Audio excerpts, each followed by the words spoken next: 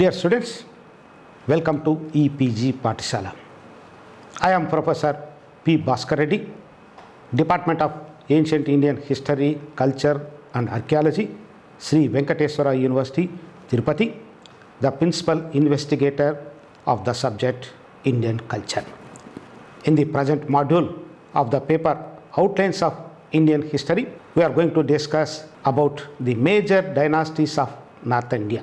The period of our discussion covers from 647 to 1200 CE. This period is an important phase in the history of India, which it covers from the death of Harsha, which resulted political anarchy in India, and it goes up to the establishment of Delhi Sultanate.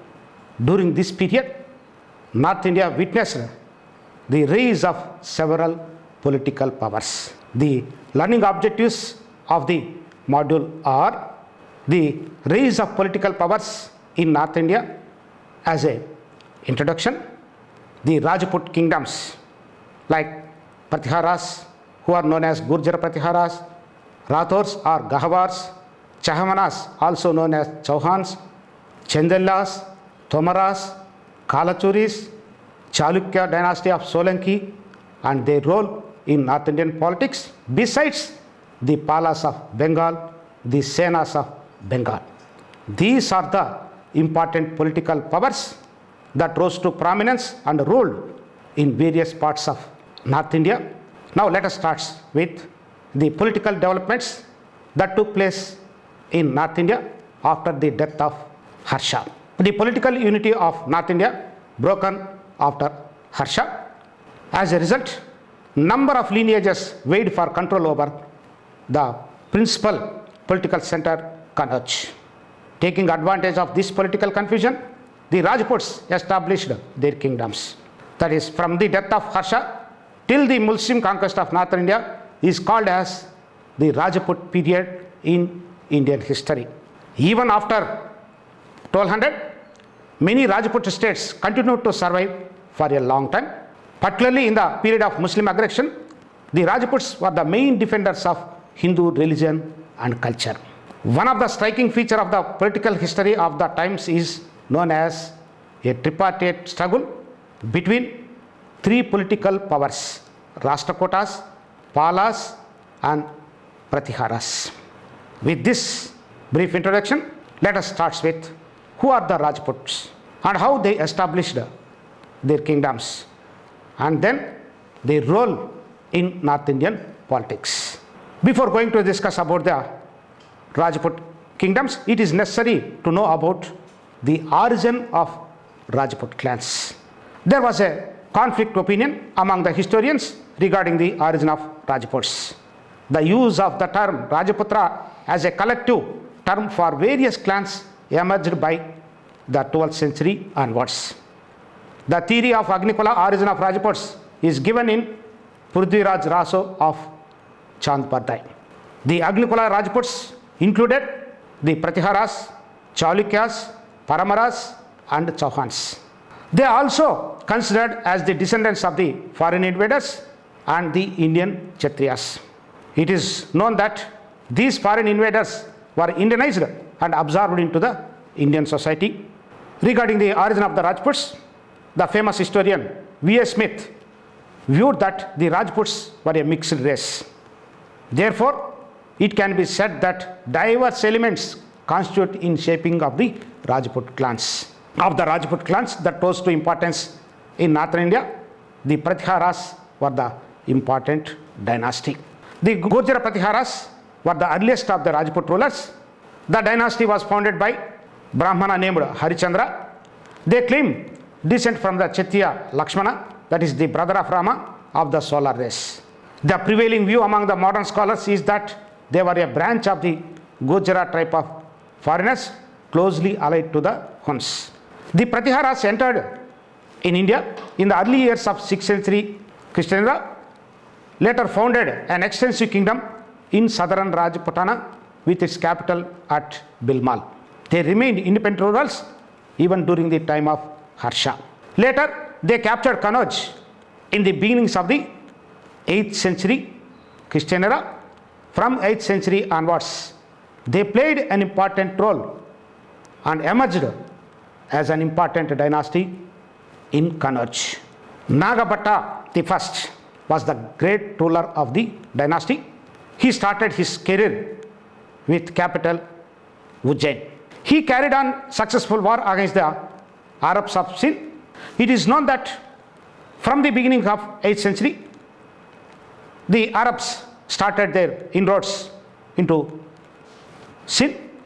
At that time, the Gujaras played an important role in protecting the India from their invasions. The Nagabhatta's line became most powerful Pratihara family.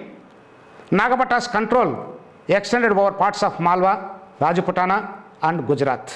Nagabhatta's successors were Devaraja, Vatsaraja.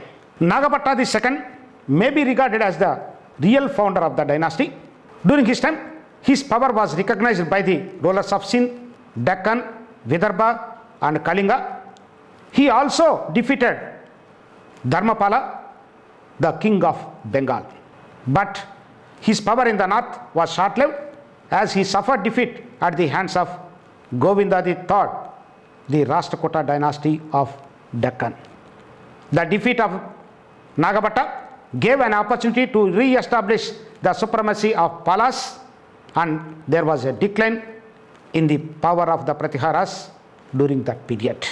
Once again, the Pratiharas gained momentum during the time of Mihira Bhoja, who popularly known as Bhoja Raja, who ruled in between 840 to 890 Christian era, nearly 50 years.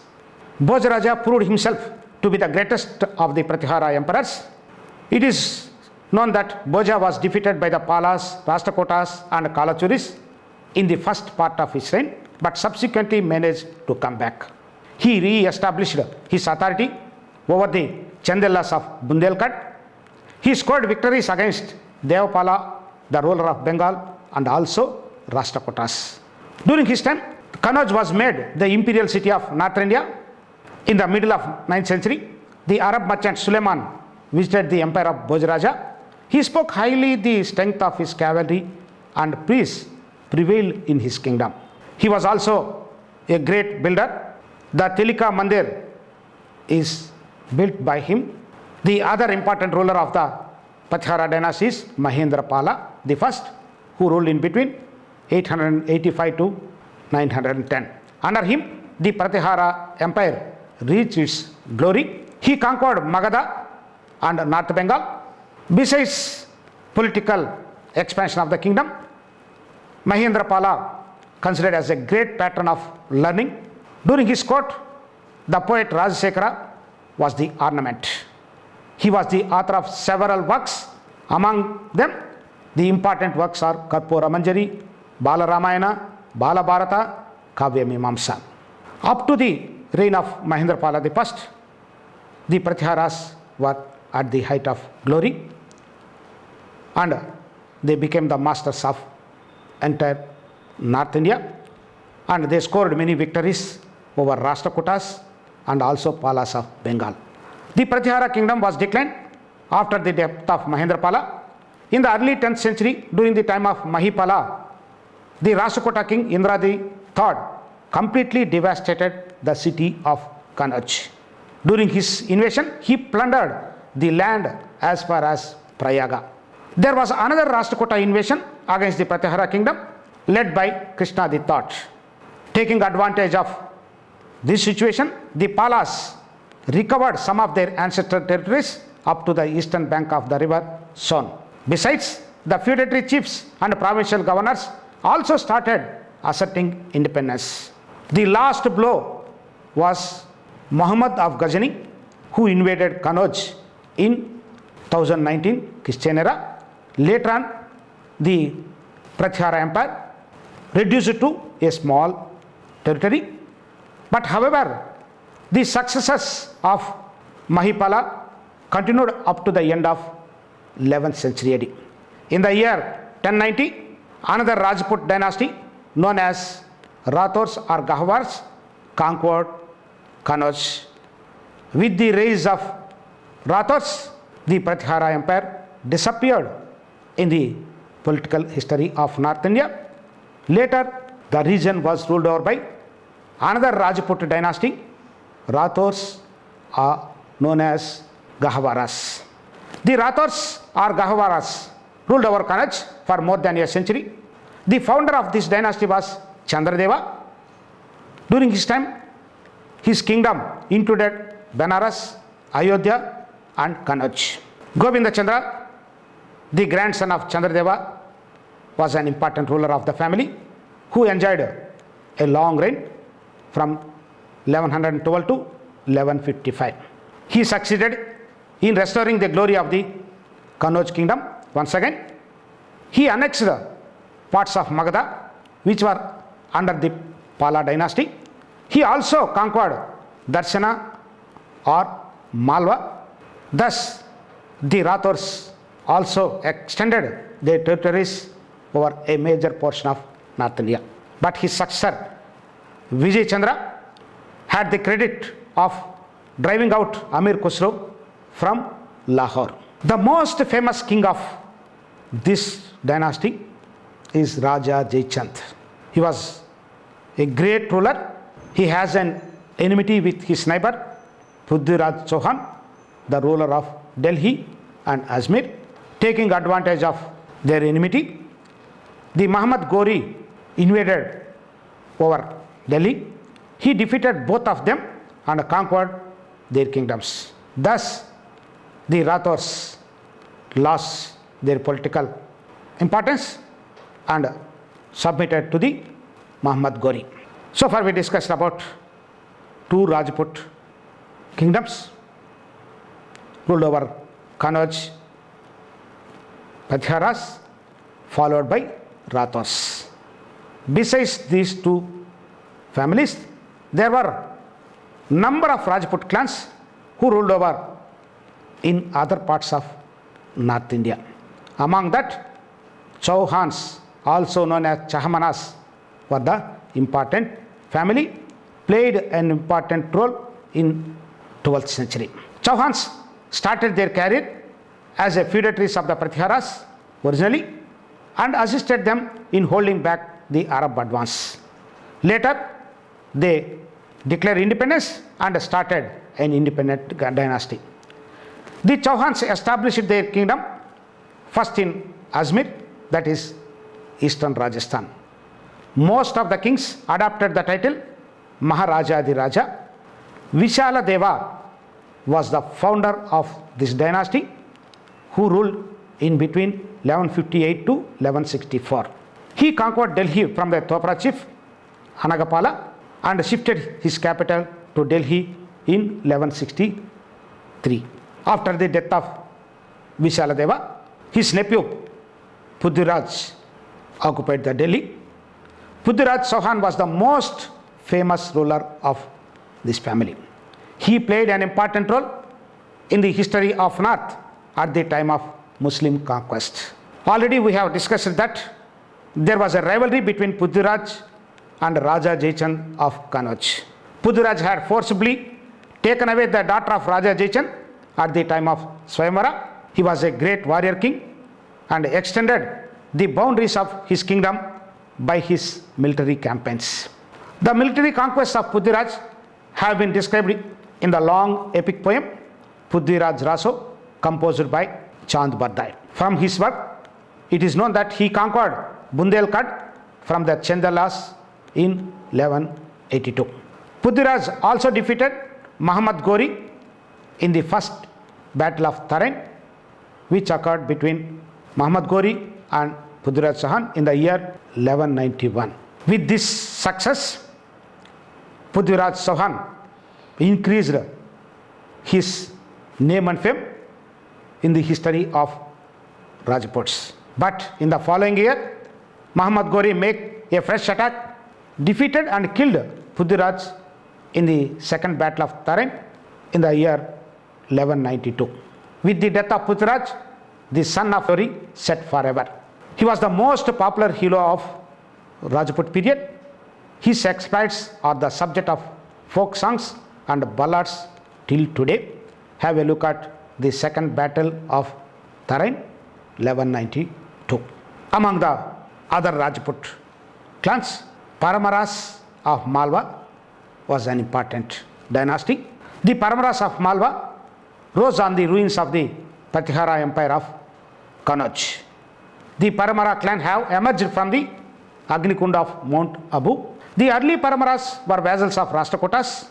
One of their family member by name Upendra founded the new dynasty in about 820 CE. They were in a subordinate position. Munja was the seventh king of Paramara dynasty. He was a great patron of learning and himself a poet. But after Munja, the Paramaras were temporarily eclipsed when they lost Malwa to the Pratiharas. However, their power revived in the mid-10th century Christian era. Raja Bhoja was the famous ruler of this dynasty who ruled the Paramara dynasty with his capital Dara.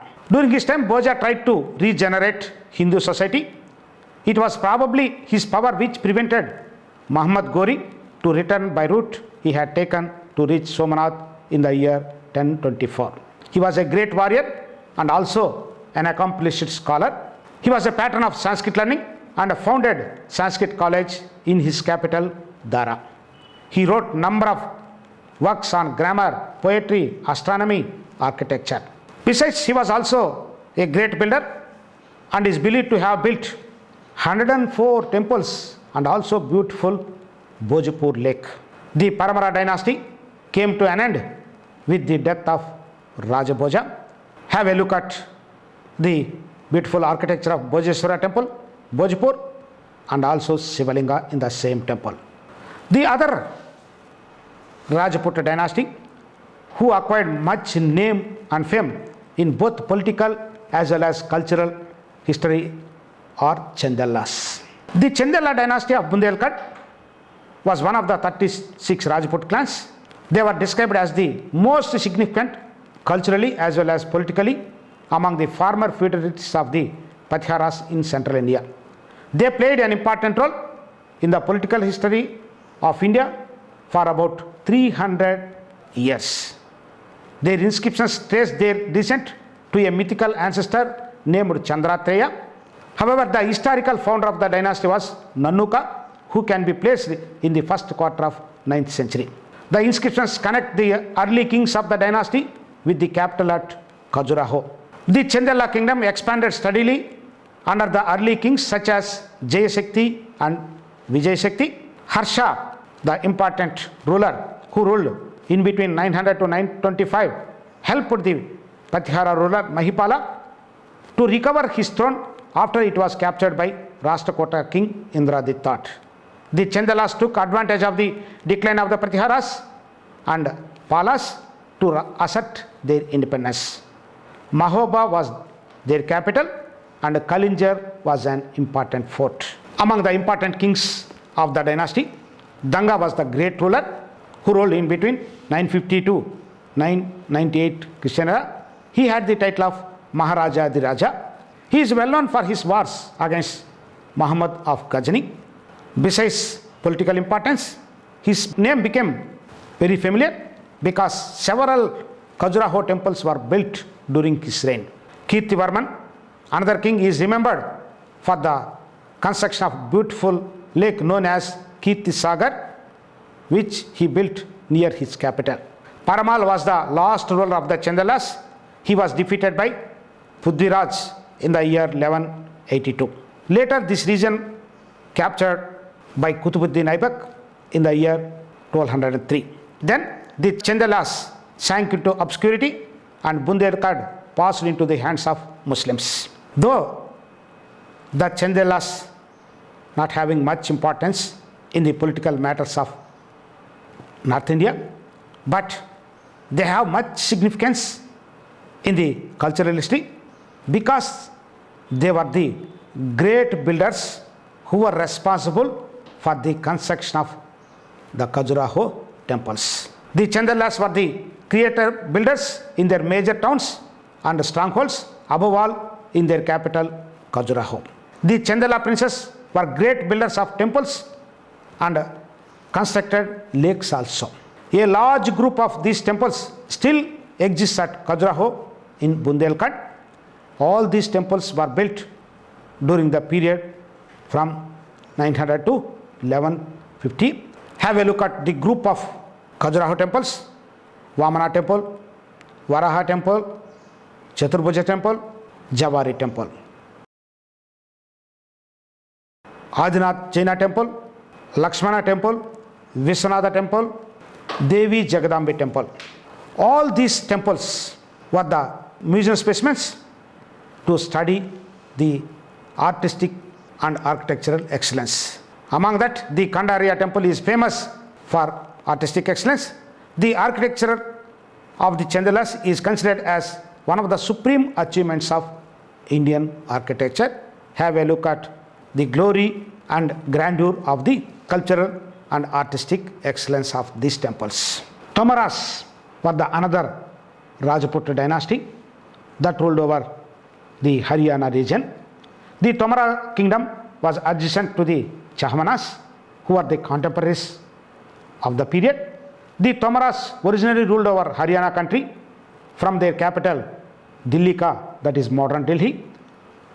In the initial stages, they acknowledged the Pratihara paramount. In the beginnings of 10th century, they were involved in conflict with the Chahamanas. Mahipala Tomar, the important king of this family, captured Hansi, Taneswar, Nagarkot and many other forts in the year 1043. He advanced as far as Lahore, that is northwestern Pontiac, but he failed to capture the same. When Mahipala Tomara was busy with invasions, the Tomaras were attacked by their Rajput neighbors. Under these circumstances, the Tomaras changed their policy and entered into an alliance with the Muslims against their Rajput enemies. Because of this, they continued to rule Haryana country until the middle of 12th century, when they were overthrown by the Chahamana king Vigraha Raja V. Thus, the Tomaras lost their political importance because of the emergence of the Rajput clans. The Kalachuris were the other Rajput dynasty who ruled the northern part of India from the middle of 9th century. The Kalachuri dynasty ruled over the regions south of the river Narmada and north of the Godavari river. This region is known as Chedi country, and also sometimes it referred as Dahala Mandala. Its capital was Tripuri near Jabalpur. Kokkala I was the earliest king of this dynasty. He ascended the throne around 845 Christian era and embroiled in conflicts with the Pratiharas and their feudatories. The later kings of this family included Shankaragana, Yuvaraja and Lakshmana Raja.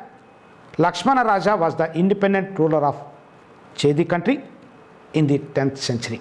The Kalachuri power suffered reversal during the reign of Yuvaraja II in the 10th century. He suffered defeats at the hands of Chalukya king Taila II and also Munja, the Paramara king of Malwa. This was followed by a recovery under another king, Kokkala II. After Kokkala II, there were many successors: Karna, Gangeya Deva, Vikramaditya, Jaisimha and Vijaysimha were the later Kalachuri rulers. They fought against the Chandellas and also with the Paramaras for their survival in the 11th century. On account of the rise of independent dynasties of Kakatiyas of Warangal in the middle of 12th century, the Yadavas of Devagiri in Deccan in the same period, and the Baghela Rajputs, the Chedi kingdom was declined in the middle of 12th century AD. So far we discussed about the Pratiharas, Chauhans, Paramaras and Chandellas. Besides that, The Chalukyas of Solanki also played an important role in the history of North India. The Chalukyan family had three branches. The oldest branch ruled from Mattamayura in central India. Another branch was founded by Barappa in Lata with its political center at Broj.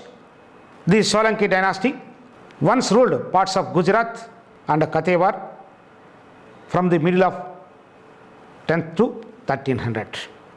They were also known as the Chalukyas of Gujarat or the Solanki Rajputs. Mola Raja founded the Solanki dynasty with his capital in Anhil Pataka, also known as Anhilwada. Mola Raja, during his time, waged wars against Lakha of Kutch, Barappa, the ruler of Lata, and Vigraha Raja, the Chahamana of Shakambari. His defeat in the hands of the Paramaras led Mola Raja to take refuge with the Rashtakota king, but he was able to recover his kingdom. In the history of Solanki dynasty, Bhima I was an important ruler. He was a nephew of Mola Raja, ruled for about 42 years. During his time, the famous Somanatha temple was plundered by Muhammad of Ghazni. Bhima I was followed by his son Karna.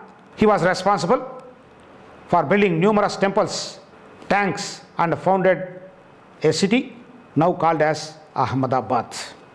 Jaisimha Siddharaja was an important king of the Chalukyas of Solanki, who ruled in between 1093 to 1143, nearly 50 years.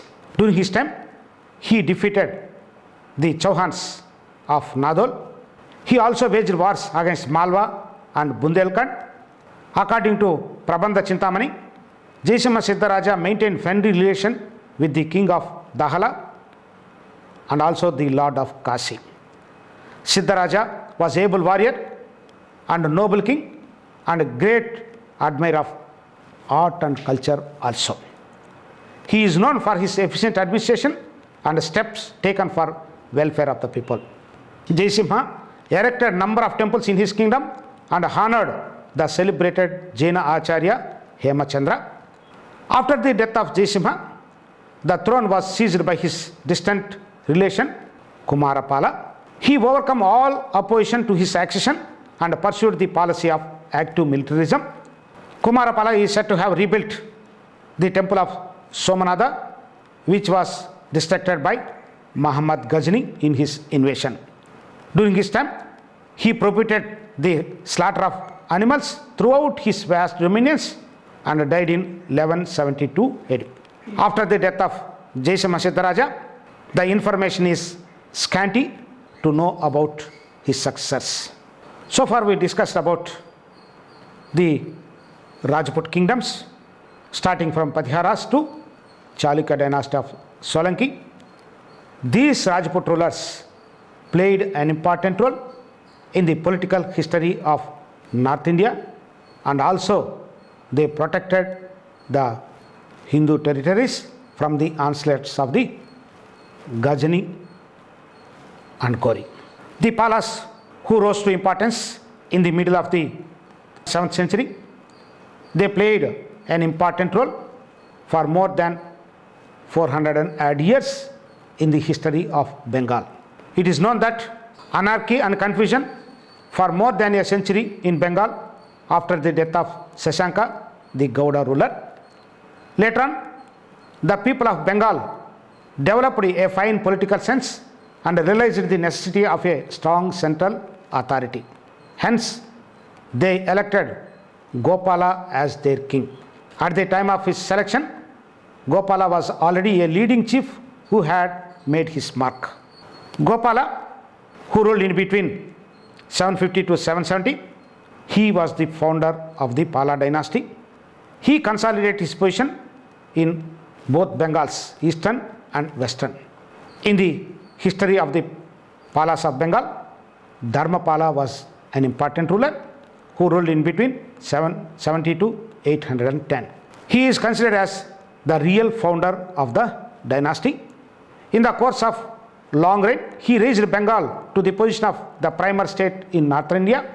He also waged successful wars against his neighbors and extended far beyond Kannauj up to Gandhara in western Punjab. He held a darbar at Kannauj by installing Chakrayudha on the throne.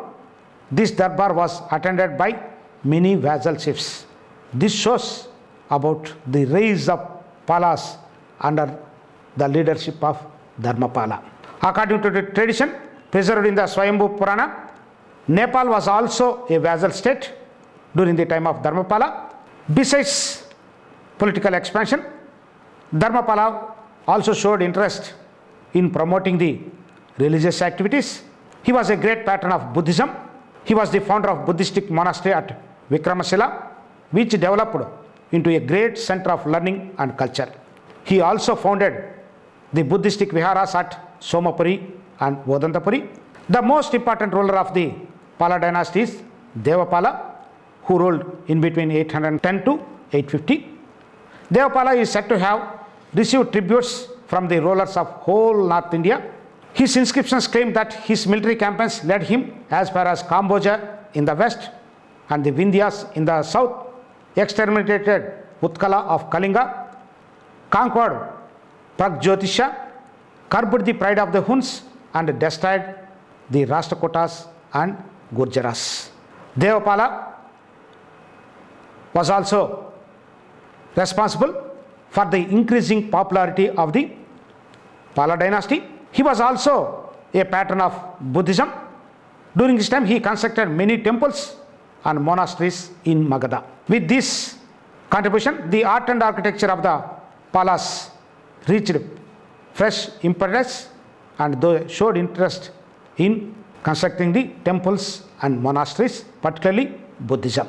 After Devapala, the Pala dynasty started its disintegration.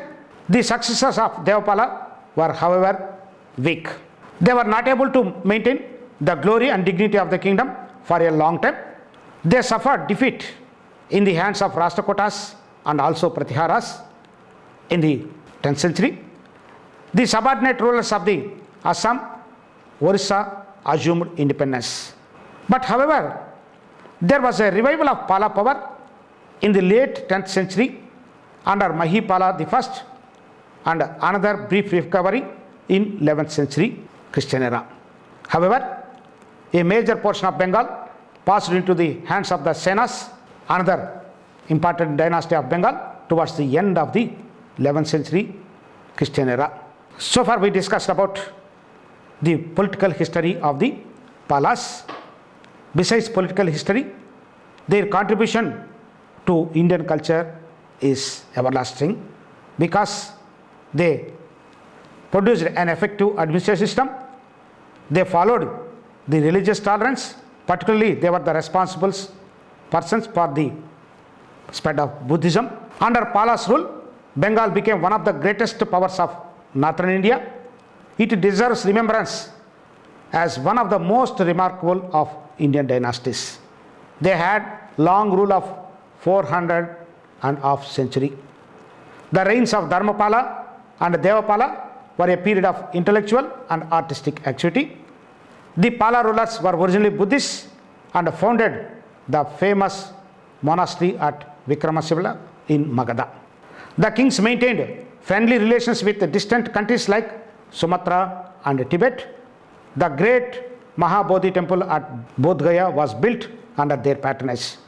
During their rule, the sculpture, both in stone and metal, was practiced with remarkable success.